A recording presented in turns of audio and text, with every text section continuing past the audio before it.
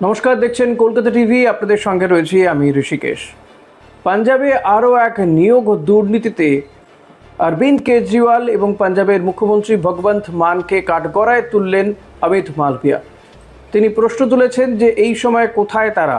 অরবিন্দ কেজরিওয়াল, ভগবন্ত মান থেকে শুরু করে সিজেপি এবং অভিজিৎ দীপকেদের কেন খোঁজ নেই? তাদের থেকে কি পাঞ্জাব অনেকটা দূরে? এমনই নানান প্রশ্ন তুলে এক্স হ্যান্ডেলে তিনি তোপ দেখেছেন তাদেরকে। ঠিক কী ঘটেছে? পাঞ্জাবে ফার্মাসিস্ট অফিসার নিয়োগ প্রক্রিয়ার যে দুর্নীতি হয়েছে এবং তার শুনানিও ইতিমধ্যে চলছে আদালতে। আর সেই শুনানির পরবর্তী শুনানির দিন ধার্য করার আগেই আরও একটা দুর্নীতি সামনে চলে এসেছে।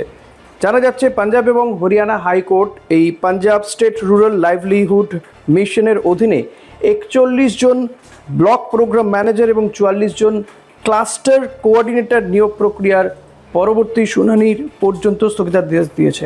আগামী 2রা সেপ্টেম্বর এই মামলার পরবর্তী শুনানি।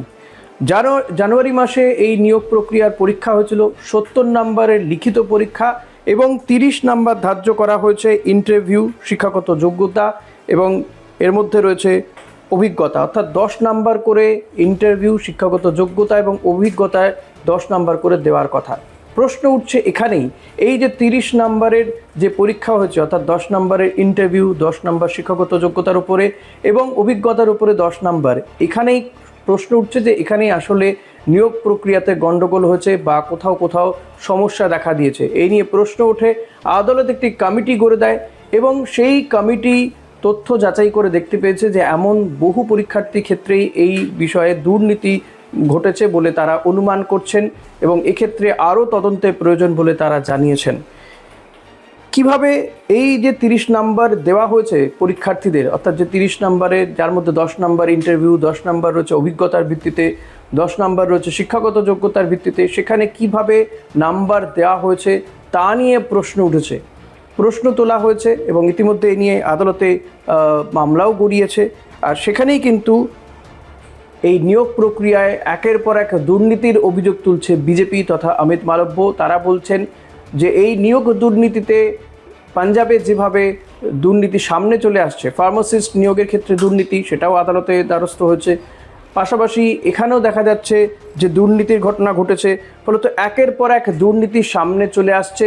পাঞ্জাব সরকার বা ভগবন্ত মান, অরবিন্দ কেজরিওয়ালরা অর্থাৎ আম আদমি পার্টি তারা চুপচাপ। কেন সিজেপি এখানে দেখা যাচ্ছে না?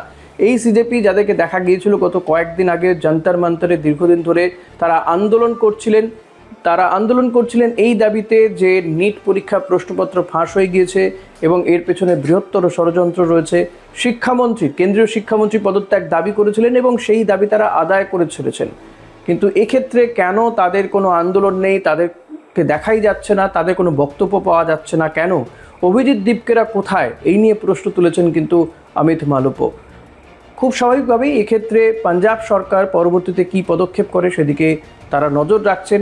তবে এর মাধ্যমে যে একের পর এক নিয়োগ প্রক্রিয়াতে দুর্নীতি হচ্ছে, পাঞ্জাব সরকারের বিরুদ্ধে এই প্রশ্ন তুলে কিন্তু ভগবন্ত মানের উপরে চাপ বজায় রাখার চেষ্টা করছে ভারতীয় জনতা পার্টি। এখন আদালত এক্ষেত্রে কী নির্দেশ দেয় বা পরবর্তীতে পাঞ্জাব সরকার কী পদক্ষেপ করে, আদপে এই বিজেপি নেতা অমিত মালব্যের বক্তব্যের পরে অভিজিৎ দীপকেরা কোনো পদক্ষেপ করে কিনা, তারা পরবর্তীতে পাঞ্জাবে গিয়ে এই ধরনের কোনো আন্দোলন সংগঠিত করে কিনা সেদিকে নজর থাকবে। আপাতত এই ভিডিও এখানেই। অন্যান্য খবরের জন্য দেখতে থাকুন কলকাতা টিভি রাত দিন 7 দিন।